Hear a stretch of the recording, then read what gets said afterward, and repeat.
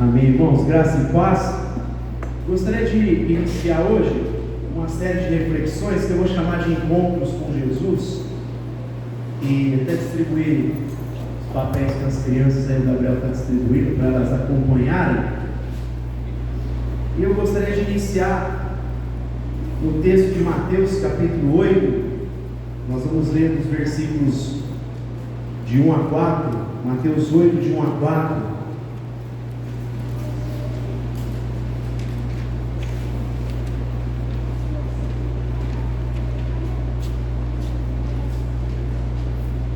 Nós sabemos que o encontro com Jesus ele é um divisor de águas para a vida humana, né? Para os seres humanos.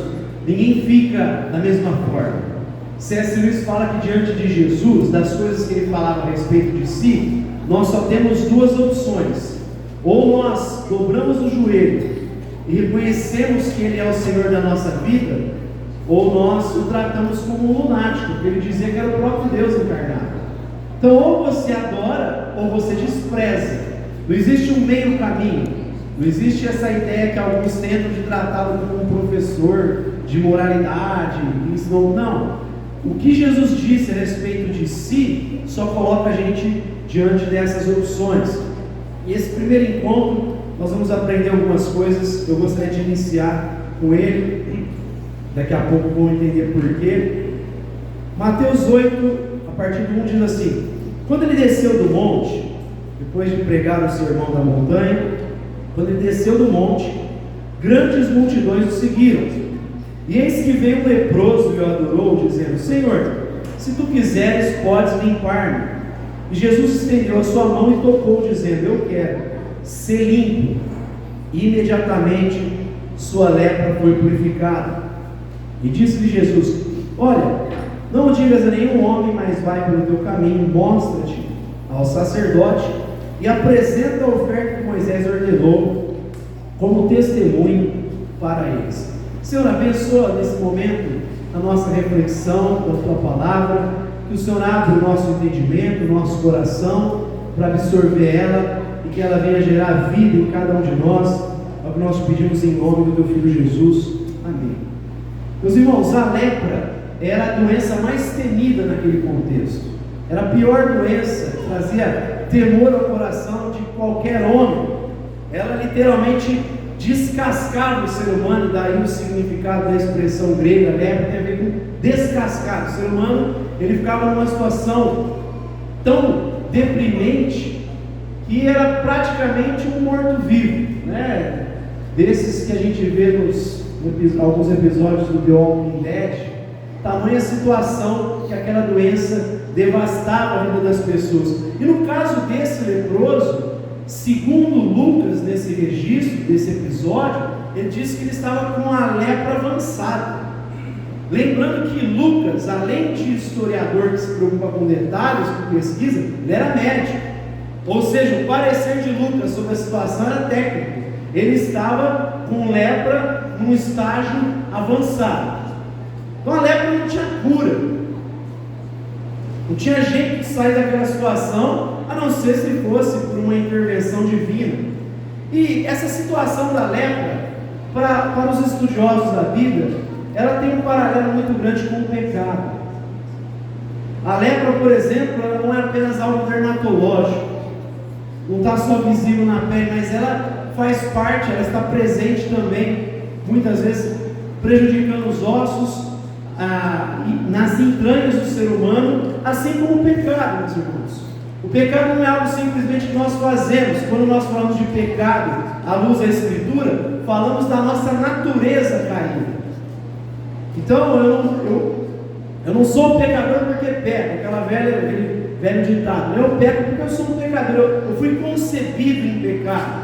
Na visão reformada, nós somos totalmente depravados. O ser humano, ele caiu e cada área da sua vida foi afetada pelo pecado. Significa que a gente não consiga perceber graça de Deus.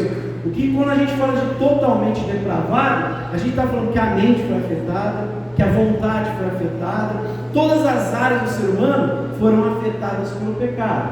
Por isso que nos coloca numa situação de total incapacidade de buscar a Deus.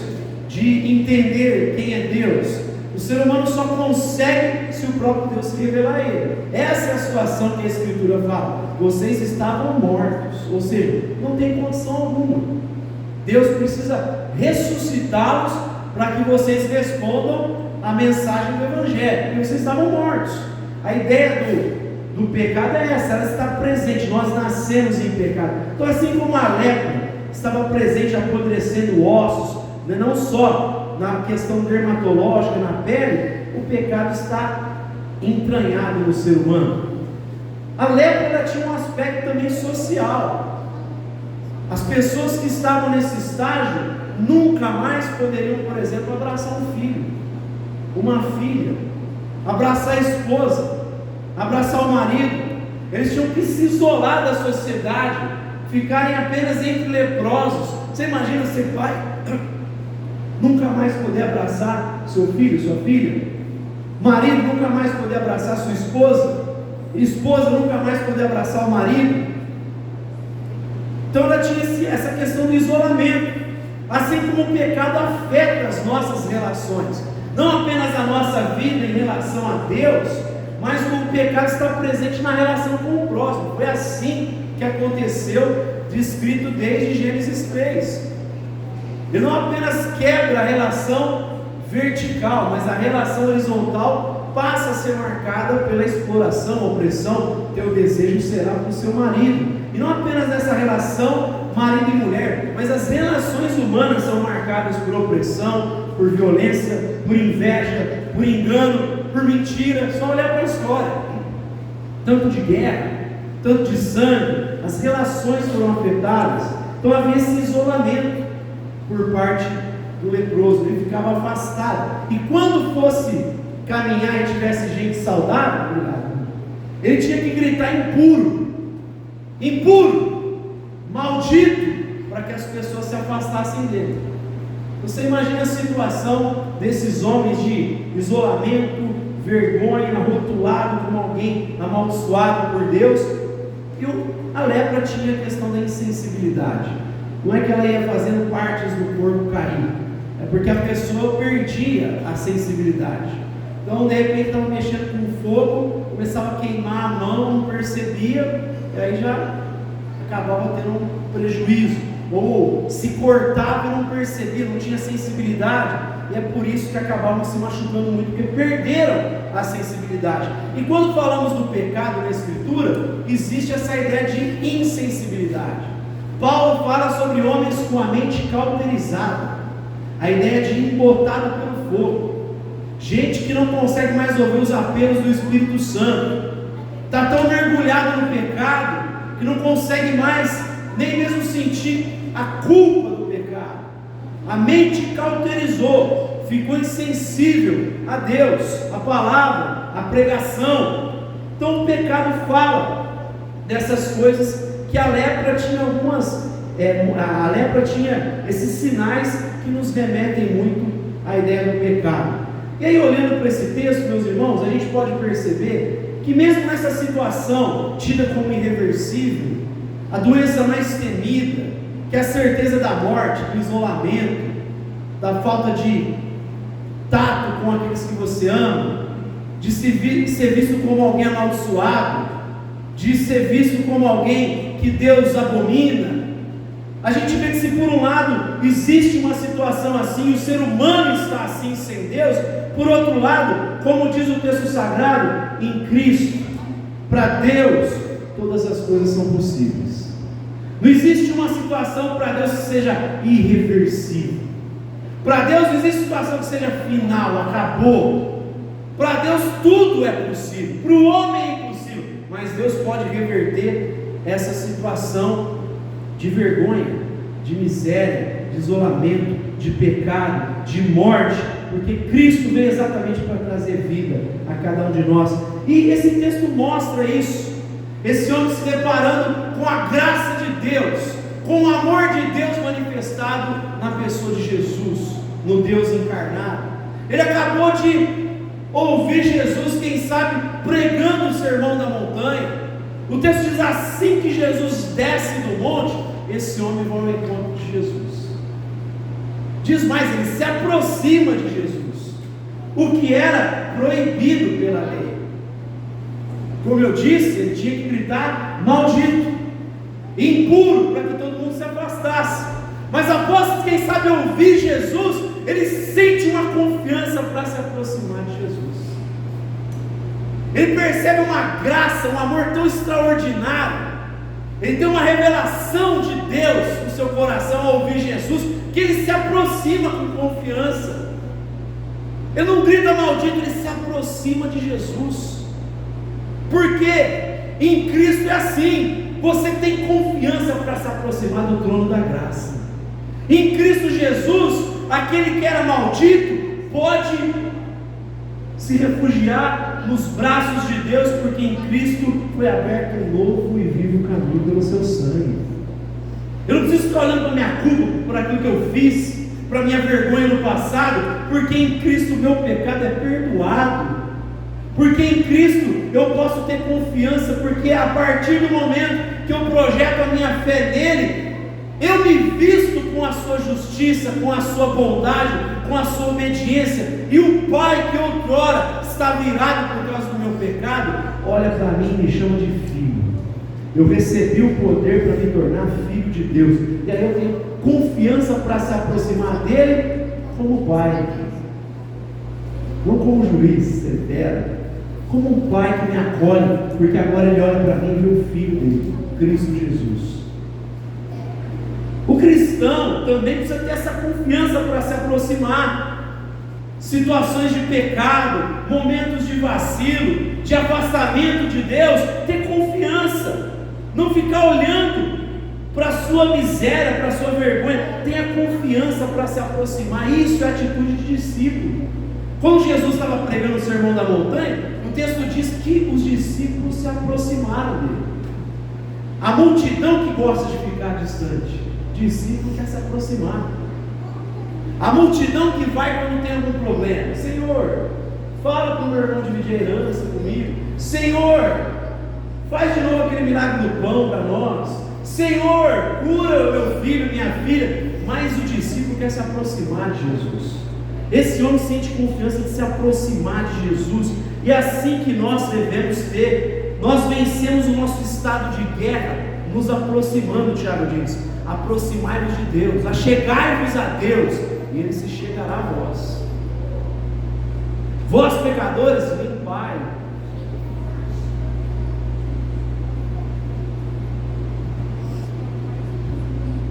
Então é essa confiança que Hebreus fala: aproximai-vos. Primeira coisa que esse homem nos ensina é essa confiança para se aproximar de Cristo Jesus. Mas aí a gente aprende uma outra coisa extraordinária aqui. A gente aprende que esse homem, numa situação de morto-vivo, de vergonha, de isolamento, com a lepra em estágio avançado, um passinho já da morte, esse homem, ao se aproximar, o texto diz que ele se prostra. Ele se prostra diante de Jesus. Ele se aproxima e dobra os seus joelhos. E aqui é uma situação de adoração. É a mesma expressão falando dos magos do Oriente que vão até Jesus e se curvam diante dele, ainda criança, então presentes. Ali é uma atitude de adoração. Ele não tinha sido curado, ele não tinha sido restaurado, mas ele já estava compreendendo que era Jesus. Por isso ele se aproxima. Contrariando a lei, poderia ser apedrejado, mas em Jesus ele viu algo diferente. E vale um lembrete para nós: a igreja precisa ter atitudes que geram essa confiança nas pessoas para se aproximar, saber que elas vão, diferente do que acontece no mundo, serem acolhidas. Não vão ficar com aquela situação: ai, os perfeitos, eu não me encaixo, ai, o pessoal vai me olhar com cara feia. Não, as pessoas têm que ter essa mesma confiança, porque elas vão olhar para você e ver bondade, misericórdia, vão olhar para você e ver que você se enxerga também como um pecador que depende da graça de Deus, que não é melhor do que elas. Se não fosse a graça de Deus, estaria lascado como qualquer outro. Elas têm que perceber isso em nós. E esse homem então tem essa confiança. E aí a primeira coisa, ele já adora, ele se curva, ele se prostra diante de Jesus, com a mulher que se prostrou e adorou Jesus, a pecadora, que vai na casa de Simão e ela adora Jesus, derrama um perfume caro aos pés de Jesus, lava os pés de Jesus com suas lágrimas, enxuga com seus cabelos. É uma atitude de adoração. Não tinha acontecido nada. Independente se vai receber um favor ou não, esse homem, ele já entendeu o problema do ser humano. Eu preciso de Jesus. Ele adora antes de qualquer coisa. Porque às vezes adorar depois que a gente atravessou o Mar Vermelho e os egípcios foram mortos, como Miriam fez, é um pouco mais fácil, né? Já está a vitória, toca o tamborim. O difícil é buscar antes de ver. Essa adoração despretensiosa de obter favor é uma adoração porque reconhece quem é Deus, porque não está adorando a mão de Deus, está adorando a face de Deus, não o que Ele pode fazer, mas adora por aquilo que Ele é, por quem Ele é. É Abacuque, ainda que não haja o produto da oliveira, ainda que não haja uva, ainda que não tenha bois nos estábulos, ainda assim eu me alegrarei e exultarei no Deus da minha salvação. É a adoração dos amigos de Daniel, a confiança deles. Olha Nabucodonosor, mesmo se Deus não nos livrar da fornalha, Ele pode, mas se Ele não livrar, fica sabendo que ninguém vai se curvar essa imagem sua, não. A gente só adora Ele. Estou nem aí se você salvo ou não, meu coração é dele, é dele. Ele não vai ser Deus se Ele me salvar, Ele já é. Eu não preciso de prova, eu já o adoro, eu o amo, eu dobrei os meus joelhos a Ele, eu me curvei a Ele, eu me rendi a Ele. É Paulo na prisão, depois de pregar por causa de uma visão para ir para Macedônia, ele chega na cidade de Filipos, começa a pregar e daqui a pouco ele expulsa um demônio de uma jovem que tinha um espírito de adivinhação e é preso, açoitado 39 vezes, e aí ensanguentado ele é colocado no cárcere, algemado nas mãos, nos pés, ele e Silas. Talvez fosse eu lá e falou: Deus, eu ia para outro lugar, o Senhor me aparece, fala para eu vir para cá, para acontecer isso. Talvez muitos de nós falem: Deus, não é possível, por que está acontecendo isso comigo? Eu fui obediente, como muita gente ora, né? Parecendo lá o fariseu, sou dizimista, sou não sei o que, eu faço isso, né? Paulo não, meus irmãos. Mesmo depois de pregar e ser açoitado, sofrer e ser amarrado no cárcere, algemado, o texto diz que por volta da meia-noite ele e Silas começam a cantar e orar a Deus. Cânticos de júbilo, de alegria. Não está murmurando, ele está glorificando a Deus pelo privilégio de ser açoitado por causa de Cristo. Essa adoração que Deus quer de nós. Eu não preciso de prova. Deus, faça isso. Não, Ele não precisa fazer nada. Sabe por quê? Porque Ele já fez há 2000 anos através do seu Filho Jesus. Ele já me tirou de uma situação de vergonha e me colocou numa situação de honra. Ele já me tirou da morte para a vida. Ele já me deu tudo que eu preciso para ter uma vida piedosa. Eu não preciso de mais nada. Vocês foram abençoados com todas as bênçãos espirituais nas regiões celestiais em Cristo Jesus. Ele já mudou o nosso status de condenado. Ele colocou lá: você é filho. Eu tenho que adorar Ele por aquilo que Ele é. Então eu não preciso ficar pedindo prova para Deus. Tem gente que é assim, não. Esse homem ensina para cada um de nós a verdadeira adoração, a adoração genuína. Mas ele ensina para nós a crer na onipotência de Deus. Ele sabe que Deus pode curar. Se você quiseres, podes me purificar. Eu sei que tu podes. Eu não posso perder essa fé, irmãos. A fé na onipotência de Deus, na intervenção de Deus. Porque tem muito crente que parece que cai no deísmo, que é uma heresia. Muitos presidentes dos Estados Unidos eram deístas, apesar de ser um país fundamentado em princípios e valores cristãos. Muitos deles não eram cristãos genuínos, eram deístas. O que é o deísmo? É uma ideia de crença que Deus criou o mundo e deixou ele funcionando pelas leis naturais. É como se ele tivesse dado um corte no relógio e deixado a coisa acontecer. Mas não existe uma intervenção de Deus. Então tem muita gente que cai numa espécie de deísmo, que olha para as mazelas, para as injustiças, para os problemas, para as perdas, para as enfermidades. Eu falo, nossa, nesse mundo aqui o cara vai deixando de acreditar que o nosso Deus intervém. E por isso que a gente deve orar sim. Há doentes entre vós? Orem, chame os presbíteros, orem. Orai uns pelos outros. A oração de um justo é poderosa e eficaz. Elias era humano como vocês, Tiago vai dizer, e orou, e o céu se fechou por 3 anos e meio. Ele voltou a orar e o céu enviou sua chuva. Eu tenho que crer no Deus que intervém. Eu tenho que crer que Deus pode vir com socorro sobre a nossa vida, sobre as minhas aflições. Por isso a gente tem que orar. Eu não posso cair nesse deísmo. Muita gente na prática vive assim, parece que vai desacreditando, aí a oração vai ficando em segundo plano na vida, e vai perdendo a fé, a confiança. Eu não posso perder. Embora eu creia que os milagres no tempo dos apóstolos foram um nível muito maior, porque ali estava testificando a autoridade deles, nunca mais se viu tanto milagre como naquele contexto. E eu creio também que o sinal é para o incrédulo, não para quem crê. A Bíblia fala isso. Não é, mesmo entendendo que o texto ensine isso, eu acho que algumas manifestações ficaram até restritas ao período apostólico, mas ainda assim Deus continua a intervir. Deus pode curar, Deus pode restaurar, então a gente ora. Eu não posso, esse homem cria que Jesus podia fazer isso, mas ele faz uma súplica de alguém que se submete.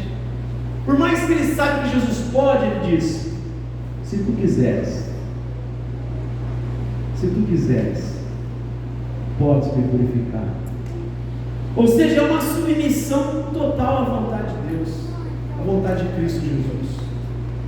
Não é: Senhor, eu determino que o Senhor tire a minha lepra. Senhor, eu tenho fé, eu acabei de fazer o bem com uma pessoa, lá entre os meus, e agora eu posso ser curado. Senhor, se quiseres, podes me purificar. Eu confio na tua decisão, eu me submeto à tua vontade. Seja feita a tua vontade, assim na terra como no céu. Primeiro são os interesses do reino. Primeiro venha o teu reino, seja feita a tua vontade, santificado seja o teu nome. Depois, o pão nosso, livra-nos do mal, perdoa as nossas ofensas. Primeiro é Cristo, os interesses de Deus. Então, é uma súplica de alguém que confia que a decisão de Cristo vai ser melhor. Se Cristo falasse assim, está perdoado, e curasse aquele homem, ele está descansando na vontade de Cristo. Eu confio na tua decisão. Se tu quiseres, podes me purificar. Quantos de nós tem esse descanso de colocar o coração em Cristo e deixar Ele tomar as decisões, porque a gente sabe que a decisão dele é sempre melhor? Por mais que para nós a gente não entenda muitas vezes, por mais que muitas vezes possa doer, mas Deus sabe o que é melhor para cada um de nós. O pastor Paulo Borges Jr. ele faz uma ilustração interessante. Ele fala assim: imagina que tivesse uma fila aqui, tem uma sala lá e Deus está lá, e todo mundo vai ter meia hora com Deus lá. Meia hora. Aí o anjo passa distribuindo folha e caneta para todo mundo. E aí a pergunta dele é assim: o que você vai fazer com o papel e com a caneta? Escrever tudo que você pode, escrever tudo que você puder, para não esquecer de falar nada do que você precisa para Deus? Ou você vai levar a folha em branco para não deixar de anotar nada do que Deus vai falar para você? Que a maioria de nós vai falar: Senhor, eu preciso disso, eu queria tanto isso, para chegar lá nem ouve Deus, só. Ou você está disposto a ir com a folha em branco e falar: Senhor, eu vou anotar tudo que o Senhor quer para a minha vida, porque o Senhor sabe muito melhor do que eu preciso. Bom, fala aí para o teu irmão: e aí, você ia levar a folha em branco ou tudo escrito? Irmãos, a gente aprende aqui confiança para se aproximar do trono da graça, adoração genuína para esse homem, fé na onipotência de Deus e submissão. E a conclusão: o que esse homem encontra? Esse homem encontra acolhimento. Jesus não ficou bravo, Jesus amou a atitude daquele homem. Jesus gostou da atitude daquele homem, de se aproximar com confiança. Esse homem entendeu quem eu sou. O Espírito revelou para esse homem quem eu sou. Acolhimento. Quando você se aproxima de Deus em Cristo Jesus, tenha certeza que você sempre vai receber acolhimento. Quando você se aproxima desvencilhado do mérito próprio, da justiça própria, mas confiando na graça, você vai ser acolhido por Deus sempre. Esse homem encontra não só acolhimento, esse homem encontra compaixão. Jesus teve compaixão desse homem, se compadeceu desse homem. Se você lê os relatos de Marcos, Lucas, tendo compaixão dele. O que é compadecer-se de alguém? É você pegar o padecimento dele e fazer que se torne o seu. É compadecer. Eu padeço com ele. Jesus falou: a tua dor é minha. Eu entendo a tua aflição. Eu entendo a tua dor. Eu entendo os teus traumas. Eu entendo o tanto de coisas que você ouviu na vida. Eu entendo como a tua alma está. Eu entendo a dor da perda. Eu entendo a dor que você passa, os problemas. Eu entendo. Então vem a mim confiando na minha graça. Vá a Deus confiando na graça de Cristo. Você pode ter certeza que você vai encontrar um Deus cheio de compaixão e misericórdia. Um Deus compassivo, longânimo. Esse homem recebeu compaixão, empatia, e ele recebe purificação, cura, ele é curado. É um milagre. Jesus, eu quero, já que o problema seu agora é meu, eu quero ser limpo. Imediatamente aquele homem é limpo, assim como aconteceu com Naamã, comandante do exército da Síria. Depois de se banhar 7 vezes no Jordão, a pele dele se tornou lisinha. E é um produto de beleza que as mulheres passam, deixou a pele como a de Naamã. Teve fé naquilo que o profeta falou. Esse homem foi curado, foi liberto da sua situação de vergonha, de padecimento, de isolamento. E é assim que a graça faz com cada um de nós. Por isso que não tem como ir a Jesus e sair do mesmo jeito. Alguns o rejeitam e vão ter uma vida de vergonha, continuar na morte. Mas esse homem se aproximou. Depois de ouvir Jesus, esse homem teve confiança. Ele entendeu. O Espírito estava revelando no coração daquele homem a graça, quem era Jesus. Por isso ele vai com confiança. Não tem justiça, não tem mérito. Ele vai como qualquer um de nós, entendendo que é miserável, pobre, cego, nu, precisa da graça, precisa se vestir da justiça de Cristo, precisa comprar o ouro, como foi dito aqui, colírio para enxergar, precisa de uma intervenção. Ele vai tendo certeza de quem era Jesus, e ele é acolhido, ele recebe compaixão, ele é purificado, ele é curado. Amém? Vá com esse coração para Jesus. Você pode ter certeza que você vai encontrar a mesma coisa que esse homem, essas mesmas bênçãos de acolhimento, compaixão e graça, cura. Gostaria de convidar você a ficar de pé.